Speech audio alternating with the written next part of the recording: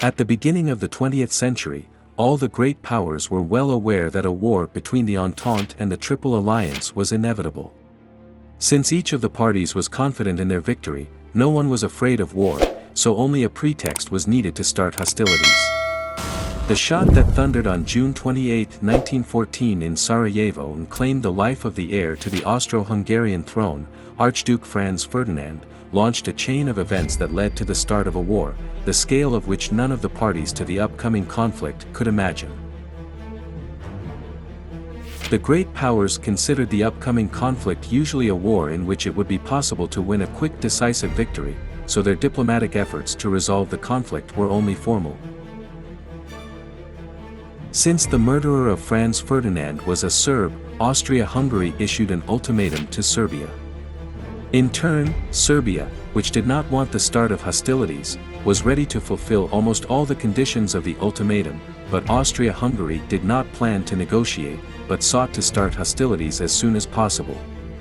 Special mention deserves the fact that Austria-Hungary was well aware that the Russian Empire would certainly come to the aid of Serbia, but the support of the German Empire with its powerful, well-armed army made the Austrians very self-confident.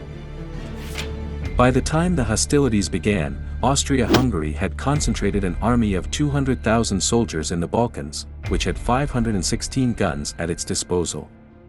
In turn, Serbia and its main ally Montenegro had about 300,000 soldiers and about 800 guns at their disposal.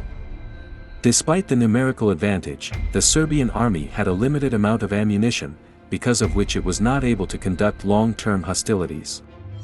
July 28, 1914 Austria-Hungary declares war on Serbia. Immediately after this, the Austrian artillery and the Danube flotilla began a powerful bombardment of Belgrade. By August 12, the Austrians completed the concentration of troops and went on the offensive. Already on August 15, the Austrian army occupied the city of Sabac. At the same time, the Austrian detachments in Bosnia began preparations for forcing the Drina River. Having overcome the water barrier, the Austrians launched an offensive deep into the territory of Serbia. In turn, the Serbian army advanced to meet the advancing Austrian troops. Already on August 16, fierce battles began near the city of Sabac, and in the vicinity of Slatina, the Serbs managed not only to stop, but also to push back the Austro-Hungarian troops. Near Mount Ser, a fierce battle took place in which the Serbs won, thanks to which the Austrian front was broken through near the village of Loznica. In this situation, the Austrians had to start a retreat along the entire front, as well as to use units that were to be transferred to Galicia.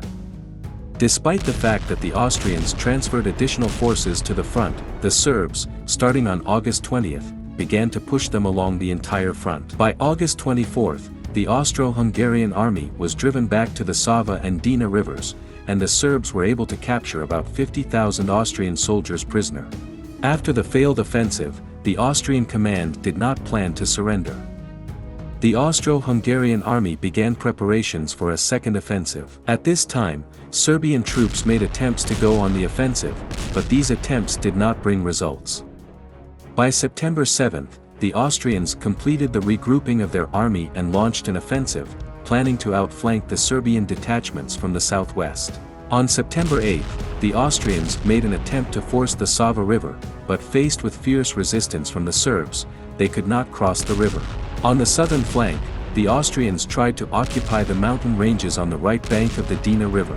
Having crossed the water barrier, they faced fierce resistance from Serbian detachments. But on November 6, due to lack of ammunition, the Serbs had to leave the mountain ranges, and they came under the control of the Austrian army.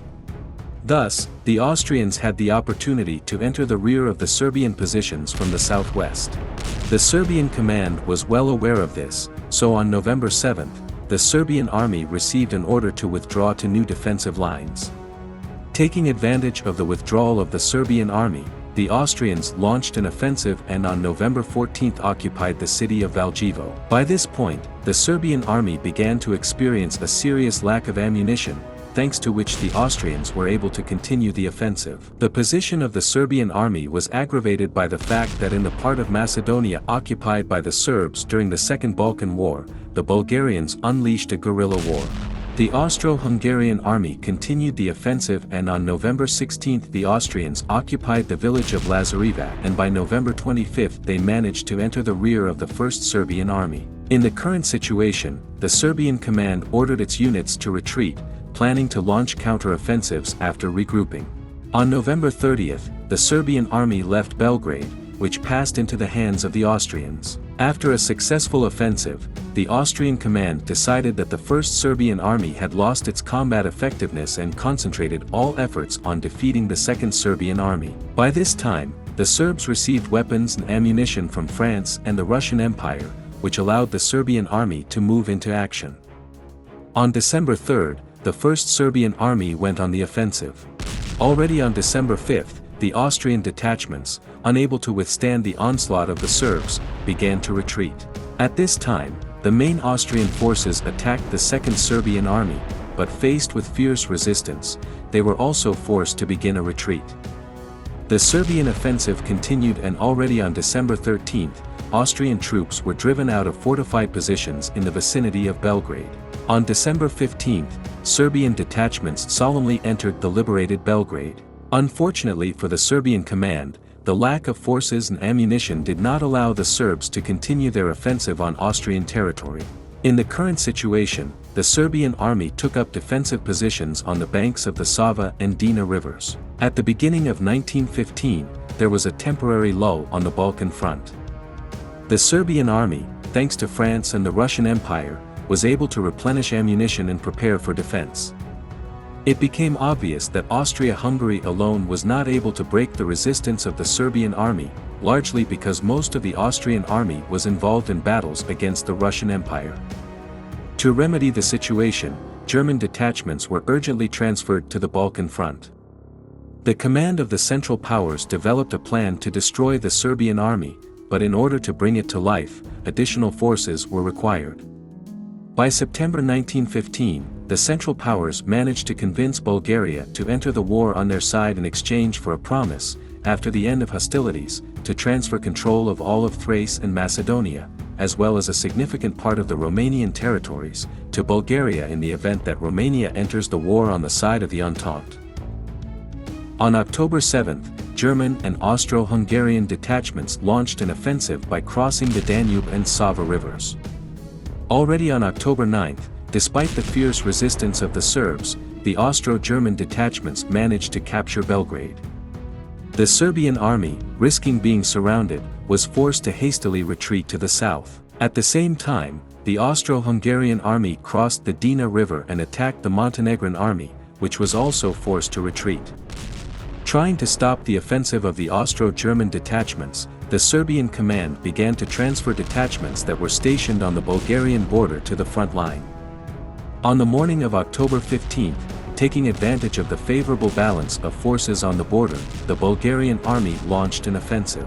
Having broken the resistance of a few Serbian detachments, the Bulgarians managed to take the city of Velis and disrupt communication between the Serbian army and the Expeditionary Corps of the Allied forces in Salonica. To avoid encirclement, the Serbian and Montenegrin armies were forced to retreat to Albania. At this time, the Allied Expeditionary Force attempted to launch an offensive in order to establish communication with the Serbian army. Near the village of Krivilac, the Expeditionary Force encountered fierce resistance from the Bulgarian army and was forced to retreat. Meanwhile, the Serbian army, which retreated to Albania, was pressed to the coast by the advancing troops of the Central Powers. In addition, the Austro-Hungarian fleet and aircraft constantly fired on the Serbs and prevented the delivery of food and ammunition. There was a threat of complete destruction of the Serbian army. In this situation, it was decided to evacuate the Serbian army. On February 26, 1916, the Serbian army was evacuated to the island of Corfu, and after reorganization at the end of May 1916, it was transferred to the Salonica front. Meanwhile, the Central Powers occupied Serbia, Montenegro, and Albania, after which they began to regroup troops to continue the offensive. The command of the Central Powers decided that after the defeat of the Serbian army there was no need to keep large forces in the Balkans, so it was decided to transfer the main Austrian and German forces to the western and eastern fronts. On August 17, the Bulgarian army, supported by German detachments, launched an offensive. By the beginning of September, she managed to push back the Allied forces and, having occupied the city of Florina, reached the coast of the Aegean Sea. In turn, the Allied forces on the 1st of September went on the offensive in the area of the city of Florina. Already by September 23, the Allies managed to regain control over the city of Florina, as well as over the territories that were lost during the Bulgarian offensive. The Allied army developed success, and on November 19 it managed to establish control over the city of Monastir. To stop the offensive on this sector of the front, the Central Powers hastily transferred several German and Ottoman divisions to it. Already by December 11, the Allied army began to experience a serious shortage of ammunition and stopped the offensive, taking up defensive positions. A temporary lull formed at the front, which lasted until April 25, 1917, when the Allied forces launched a new offensive. The advancing Allied army faced fierce resistance from the troops of the Central Powers. In the end, all the attacks of the Allies were repulsed, and they were forced to return to their positions. On July 2, 1917, the Entente forced Greece to enter the war against the Central Powers, thanks to which the Allies received additional forces to fight in the Balkans. Despite this, throughout 1917 there were no major offensive operations on this front.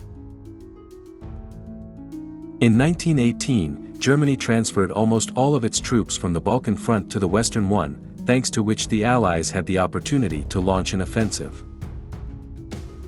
On September 14, 1918, the Allied army launched an offensive along the entire front.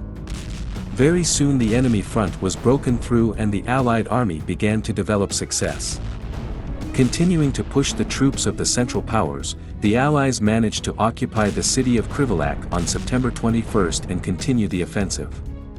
September 26, Allied troops occupied the cities of Velis and Strumica.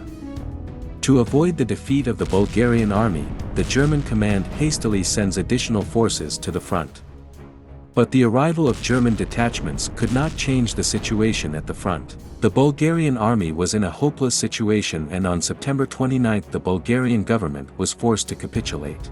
After the capitulation of Bulgaria, its territory was occupied by the Allies, and the Serbian troops continued to push the Austro-Hungarian army. On October 12, the Serbian army liberates the city of Niš, and on November 1, Serbian troops triumphantly enter the liberated Belgrade. By the end of October, Austria-Hungary no longer had the strength to continue the fighting. In addition, an active movement of Slovenes, Croats and Serbs began in the country, who planned to create their own state. In this situation, on October 27, the Austrian government turned to the Entente with a proposal to make peace on any terms, and on November 3, the surrender of Austria-Hungary was signed. After the occupation of the territory of Bulgaria, the Allied forces continued their offensive, creating the threat of an attack on Constantinople. In this situation, the Ottoman Empire was forced to capitulate on October 30, 1918. On November 11, after the surrender of all its allies, Germany concludes a truce with the Entente. On this, the fighting on the Balkan Front, like the First World War, ended. If you like this video, be sure to subscribe to my channel and click on the bell icon so you don't miss new videos.